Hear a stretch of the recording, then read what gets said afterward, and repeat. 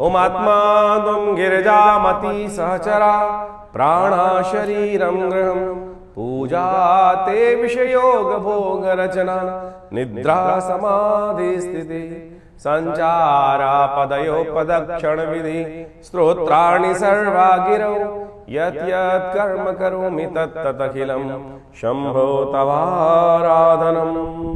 नमस्कार, स्वागत है आपका आचार्य वाणी में। मैं आचार्य डॉक्टर विक्रमादित्य आपके साथ हूँ। आज का विषय हमारा है धनु राशि वालों के लिए ग्रह नक्षत्रों का योग किस प्रकार का रहेगा। 16 तारीख सोमवार का अवसर, पंचमी तिथि इस दिन विद्यमान है और इस दिन ग्रहों का परिवर्तन का योग भी बनता दिखाई दे रहा है। ये परिवर्तन आपके लिए पुरुषार्थ को बढ़ाने वाला रहेगा, नए संपर्क साधने वाला रहेगा, नए कहीं ना कहीं योग बनाता दिखाई देगा। और ऐसे में थोड़ा सा मेहनत ज़्यादा कीजिए और देखिए कहीं ना कहीं स्थितियों को आप अनुकूल कर सकते हैं। बुध और शक्ति संपन्न होते चले जा रहे हैं, जो आपके लिए बहुत श्रेष्ठ योग बना रहे हैं। पुनर्वसु नक्षत्र में बुध का प्रवेश का होने का योग भी बनता दिखाई दे रहा है। इस दिन पंचक आरंभ हो रहे हैं। दोपहर को करीब 1:10 के बाद से पंचक आरंभ हो जाएंगे, जो करीब 20 तारीख तक विद्यमान रहेंगे। ऐसे में शास्त्र के दृष्टिकोण से शवदाह का दाह करना यानी शव जलाना, ऐसे में सावधानी बरतनी चाहिए। पंचक के निमित्त जो श्रेष्ठ कार्य बताए गए हैं, जो उसके लिए निवारण उपाय बताएंगे, वो अवश्य करने चाहिए। इसके अलावा तृण एकत्र करना, भूसा का एकत्र करना, लकड़ी का एकत्र करना, छत डालना, ये सब कार्य निषेध है। लेकिन आज लोग इनको भूलकर बाकी सब चीज़ों में लगा देते हैं पंचक के महत्व को। गाड़ी खरीदना, वस्त्र खरीदना, इनमें कोई पंचक का महत्व नहीं है। पंचक का महत्व केवल इन कुछ कार्यों के लिए बताया गया है, उसी में नहीं करने चाहिए। बाकी सबके लिए पंचक का कोई गणना नहीं की जाती है, तो ऐसा ध्यान रखते हुए कार्य करेंगे तो अच्छा रहेगा। 17 तारीख मंगलवार का अवसर है, षष्ठी तिथि विद्यमान है। ग्रह नक्षत्रों के दृष्टिकोण से इस दिन भद्रा का योग बन रहा है, लेकिन सुबह सुबह रवि योग है, जो नए कार्यों को आरंभ करने के लिए अच्छा दिखाई देता है। लेकिन दोपहर के बाद करीब 2:45 बजे से भद्रा आरंभ हो जाएगी, तो नए कार्यों में हाथ मत डालिएगा। ग्रह नक्षत्रों के दृष्टिकोण से ग्रह योग इन दिनों खासतौर पर आपके लिए गजकेसरी योग का निर्माण कर रहे हैं, लाभ का योग बना रहे हैं। पूरी श्रद्धा के साथ, विश्वास के साथ काम करने का प्रयास कीजिए, कहीं ना कहीं सपोर्ट मिलेगी। थोड़ा स्वार्थ बनकर अपने कार्यों को पूर्ण करने का प्रयास करें। इस वक्त जगत उत्थान के कार्य के निमित्त सेवा भाव का काम को थोड़ा साइड लाइन करके काम करें, थोड़ा सा पॉजिटिव रहते हुए कार्य करें, चीज़ों को अपने लिए साधने का प्रयास करें। लेकिन बेकार के काम आपके जेब में पड़ते दिखाई देंगे ज़्यादा से ज़्यादा, उनसे बचते हुए कार्य करने के लिए खासतौर पे समय का सदुपयोग करना पड़ेगा। इस बात का ध्यान रखते हुए कार्य करें। मंगलवार का अवसर है और मंगल शनि के साथ षडाष्टक योग बनाकर तैयार है, द्वंद्वात्मक स्थिति उत्पन्न कर रहे हैं। अननेसेसरी की तेजी के चक्कर में ध्यान रखिए, लाभ के चक्कर में, लोभ के चक्कर में ना फंसे। लाभ तो अवश्य नहीं, लेकिन लालच में फंस जाएंगे, इस बात का ध्यान रखते हुए कार्य कीजिएगा। लालच के चक्कर में ना फंसे, कहीं ना कहीं कोई ना कोई फंसा सकता है आपको विशेष तौर पर। बात कर लेते हैं 18 तारीख की। 18 तारीख धनु राशि वालों के लिए कैसा रहेगा ग्रहों का योग समझ लीजिए। बुधवार का अवसर है, सप्तमी तिथि विद्यमान है। दिन आपके लिए अनुकूल दिखाई देता है, अच्छा लाभ दिखाई देता है, लेकिन सुबह शाम आते आते अननेसेसरी खर्चे जिम्मे पड़ सकते हैं। तो सुबह जितना मेहनत से काम करेंगे, वो पूरी तरह से आपके लिए स्थितियाँ परिवर्तन की तरफ ले जाती दिखाई दे रही हैं। शाम के समय कहीं ना कहीं स्वास्थ्य के मामले में समय भारी दिखाई देता है। कालाष्टमी का योग है, हो सके तो महामृत्युंजय मंत्र का जप करते हुए दूध के द्वारा भगवान शिव का अभिषेक करने का प्रयास कीजिए, वो कहीं ना कहीं आपके लिए रक्षा का योग बनेगा। महामृत्युंजय मंत्र इस प्रकार से है, ओम हौं जूं सह ओम भूर्भुवस्वः ओम त्र्यंबकं यजामहे सुगंधिं पुष्टिवर्धनम् उर्वारुकमिव बंधनान् मृत्योर्मुक्षीयमामृतात् स्वभुव भू ओम सहजुं हों ओम। इस मंत्र का जप करके आप बहुत श्रेष्ठ कार्य लाभ ले सकते हैं। 19 तारीख बृहस्पतिवार का अवसर रहेगा। अष्टमी तिथि विद्यमान है। ग्रह नक्षत्र के दृष्टिकोण से अननेसेसरी खर्चे आपको थोड़ा परेशान करते दिखाई दे रहे हैं। थोड़ा खर्चों को बैलेंस करने की ज़रूरत दिखाई देती है। हो सके तो हल्दी वाले जल से स्नान करने का प्रयास कीजिए, यह आपके लिए बड़ा उपयुक्त रहेगा। इस दिन गंडमूल नक्षत्र, रेवती और अश्वनी का योग बनता दिखाई दे रहा है। तो ऐसे में जो लोग इनमें जन्म ले रहे हैं, उनकी मूल शांति अवश्य होनी चाहिए, इस बात का ध्यान रखते हुए कार्य करें। 20 तारीख का दिन शुक्रवार का अवसर, नवमी तिथि विद्यमान रहेगी। ग्रह नक्षत्रों का परिवर्तन का योग बन रहा है और ये परिवर्तन सुबह के दृष्टिकोण से शाम आपके लिए उपयुक्त दिखाई देती है। सुबह थोड़ी हल्की रहेगी, लेकिन शाम आते आते चीज़ों में पॉजिटिव रिजल्ट्स आने के लिए अगले दिन से महत्वपूर्ण परिवर्तन के सूतक पातक आपके समक्ष उत्पन्न होते दिखाई देंगे। तो इसलिए कई बार कहा गया है ना, दबी बल्ली चूहों से कान कटवाए। कई बार समय थोड़ा भारी होता है, तो थोड़ा विनम्र रहते हुए, थोड़ा बैलेंस रहते हुए कार्य करने की ज़रूरत है। सर्वार्थ सिद्ध योग है, नए कार्य करने के लिए दिन अच्छा दिखाई देता है और इसलिए बड़ी श्रद्धा के साथ काम करिए।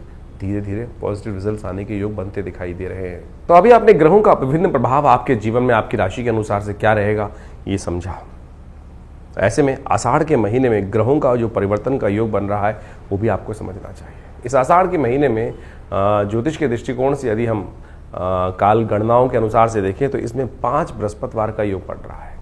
और 5 बृहस्पतिवार का योग जो होता है वो विशेष तौर पर बड़ा शांत योग नहीं माना जाता।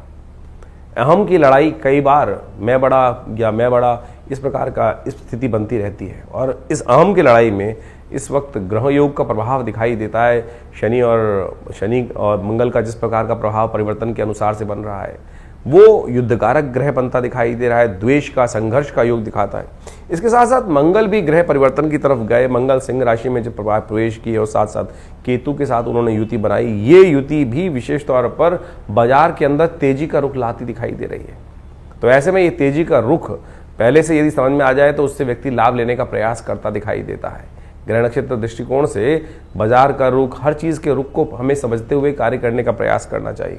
वहीं स्थिति एक और भी परिवर्तन के बन रही है, बृहस्पति अस्त हो गए हैं और साथ साथ सूर्य का परिवर्तन जब होने का योग बन रहा है वो रविवार को बनता दिखाई दे रहा है। और उसके कारण से परिवार में और कई प्रकार से समाज के अंदर उथल पुथल होने के योग दिखाई देते हैं।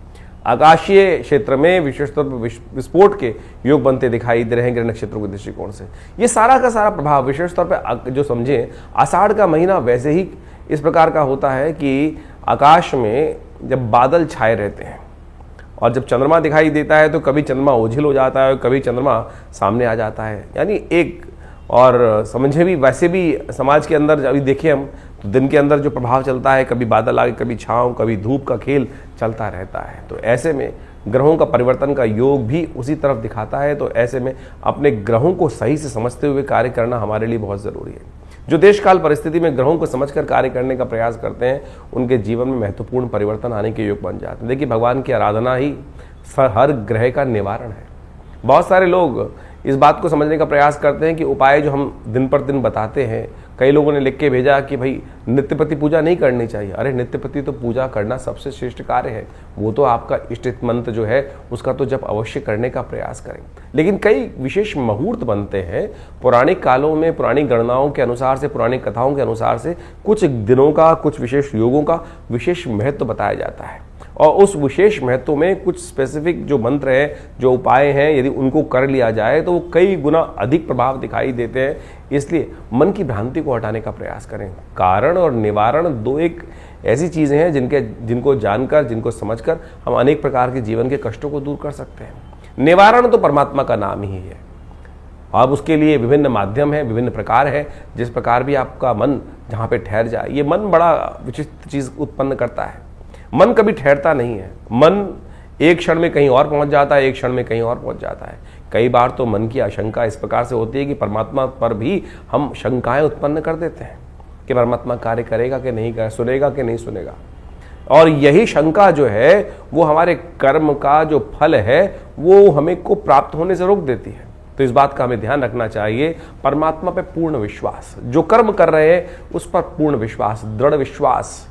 यदि मन में दृढ़ विश्वास होगा, श्रद्धा होगी, तो आप समझें एक छोटा सा कार्य भी, हरिनाम भी आपके जीवन में समस्त कष्टों को दूर करने का योग बना देगा।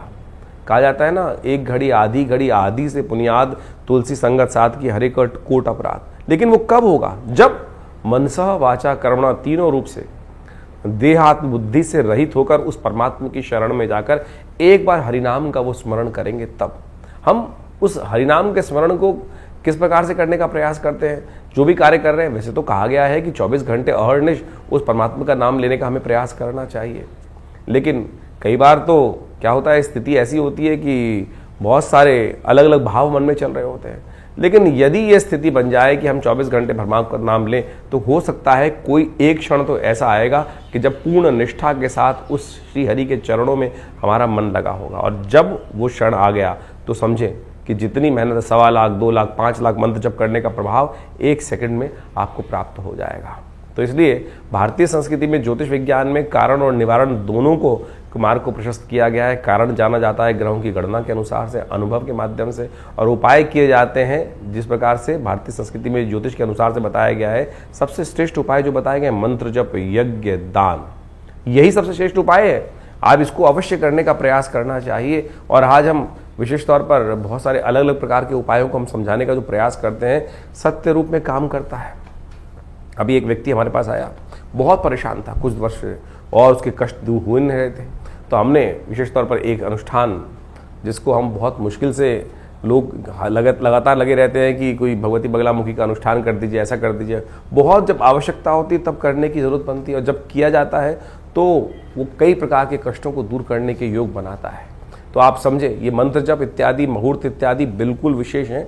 तो अपने देश काल परिस्थिति को समझते हुए, ग्रहों को समझते हुए सही रूप से करने का प्रयास करें, तब जाके जीवन में उन मंत्रों का प्रभाव आपको स्वयं देखने को मिलेगा।